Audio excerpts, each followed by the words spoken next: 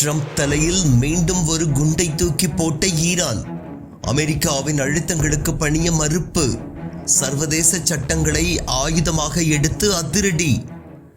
அமெரிக்காவுடனான அடுத்த கட்ட பேச்சுவார்த்தை எப்போது நடைபெறும் என்ற ஒரு மிகப்பெரிய கேள்விக்கு பொதுவான கட்டமைப்பு முடிவாகாமல் எந்த ஒரு தேதியையும் நாங்கள் குறிக்க முடியாது என்று ஈரானிய துணை வெளியுறவு அமைச்சர் சயீத் கதீப்சாதே திட்டவட்டமாக அறிவித்து அமெரிக்காவின் எதிர்பார்ப்பில் மீண்டும் மண்ணை அள்ளி போட்டுள்ளார்.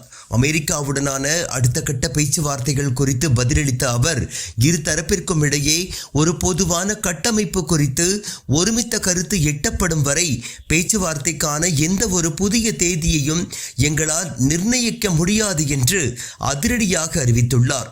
இந்த பேச்சுவார்த்தைகளில் ஈரான் எந்த ஒரு ஒப்பந்தத்திற்கு ஒப்புக்கொண்டாலும் அது சர்வதேச சட்டங்களின் கீழ் ஈரானுக்கு வழங்கப்பட்டுள்ள அடிப்படை உரிமைகளை பாதுகாக்கும் வகையிலேயே அமைய வேண்டும் என்று அவர் மிக கடுமையான நிபந்தனையை விதித்துள்ளார்.